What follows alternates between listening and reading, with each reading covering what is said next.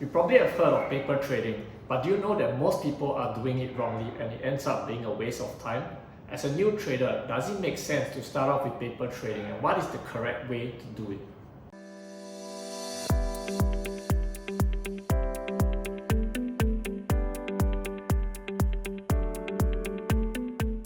Hi, this is Spencer, founder of Synapse Trading, and I've been trading and traveling across the world to teach and inspire people how to do the same. In this video, I'm going to talk about paper trading, the correct way to do it, and discuss whether it is worth your time doing it. Firstly, what is paper trading? Paper trading, or demo trading, or virtual trading is the idea of trading with fake money, thus simulating the experience of trading, yet avoiding the risk of losing any money. Basically, what this means is that you use like a virtual account, a demo account, and simulate trading, but you are not actually using any real money to trade. So in this sense, you do not actually lose any money. When you are starting out, it makes sense to start with less capital or fake money and focus first on honing your trading skills. You can then always scale up or use real money as your skill gradually improves.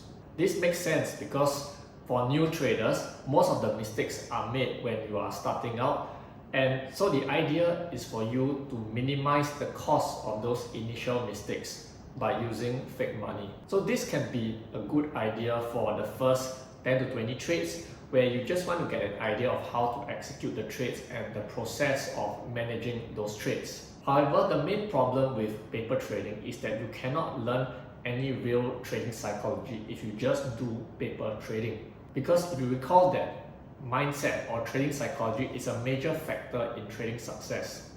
Imagine playing poker with fake money. Is it still the same experience? Definitely not. Because trading, similar to poker in many ways, tests your ability to make good sound decisions under the stress of having money at stake. So without any skin in the game or any real money at stake, the experience is just not the same. So what are some of the ways that you can paper trade?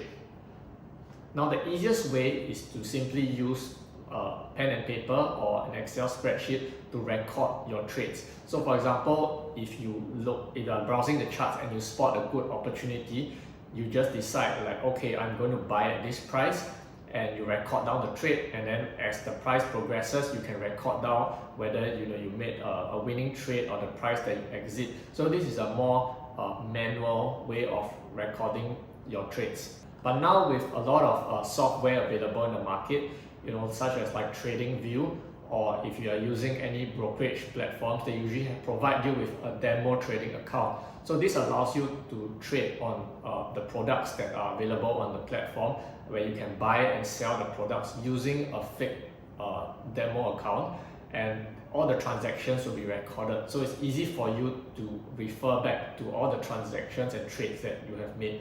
So these are the two easiest ways of paper trading. Next, how do you paper trade correctly? Now earlier on I mentioned that many people are doing it wrongly, and hence it ends up being a waste of time. So if you want to get the most out of your paper trading, there are three important things that you need to take note of. The first is you need a trading plan. Like I mentioned in my previous videos, before you place any trade, whether it's on a real account or a demo account, you need to plan out the trade fully. Like you need to know what strategy, what time frame, what product, where you're going to enter, exit your trade. You need to have everything planned out before you even take the trade. Because if you're going into paper trading and you're just randomly buying and selling, then there is no learning or experience at all, because you don't even know what you are doing. So whether you win or you lose, at the end of the day, you have no idea whether what you did was right or wrong. Now the second thing that you need to have is the trading journal. So this I also covered in another video. Basically, you want to record down the whole process of your decision making, your buying and selling, when the emotions involved, the decisions that you make, why you made all these decisions, because all this data from your trading plan and your trading journal will help you formulate your and improve your strategy, such as when you go to real trading. And the last thing, which is the most important thing, is to treat your paper trading account or your demo account as if it is a real trading account. So this is the closest thing you can get to simulating the trading psychology, because if you treat that as your fake money as real money, then at least when you make the decisions, you will apply your proper money management and risk management rules.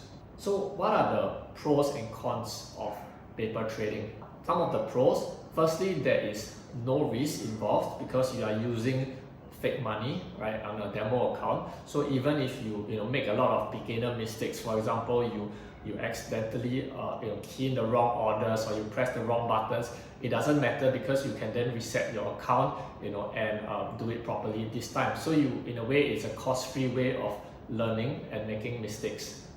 The next thing is to gain confidence, because as you familiarize with the platform and the ways of executing the trade, you also gain confidence in your strategies, and at the same time you are also testing out whether the strategies work.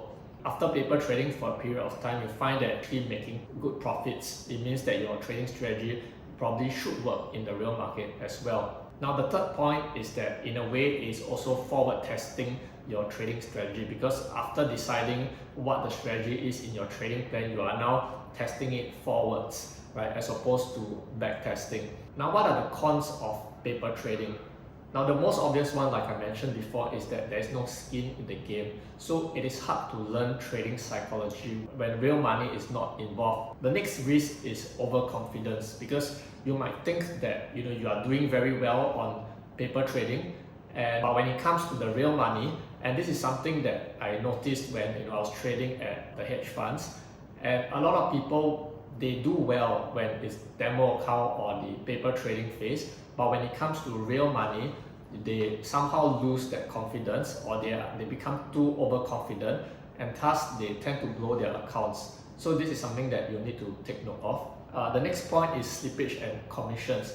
Now when you are trading with paper trading or demo accounts, it may not necessarily accurately reflect any slippage or commissions that the transaction costs that are involved in real trading. So you might want to take note of that, especially if your trading strategy involves a lot of transactions, then this could become significant. The last con for paper trading is doing back testing. You can test easily 10-20 strategies, or you can computerize it so that you can test multiple strategies at one time before you even start trading. So in a way, back testing is more efficient if you are looking for a way to see if your strategy works. So in conclusion, my advice to new traders is to start off with paper trading for about 10 to 20 trades, and then move on to trading a small account with real money, so that you can get used to being able to execute trades when you are doing the paper trading phase.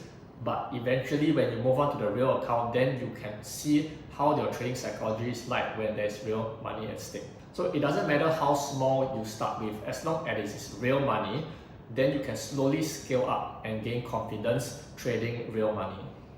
So to sum up, what I would recommend is to use back testing to test your strategies, and once you have a good strategy, then you use paper trading to familiarize with the process.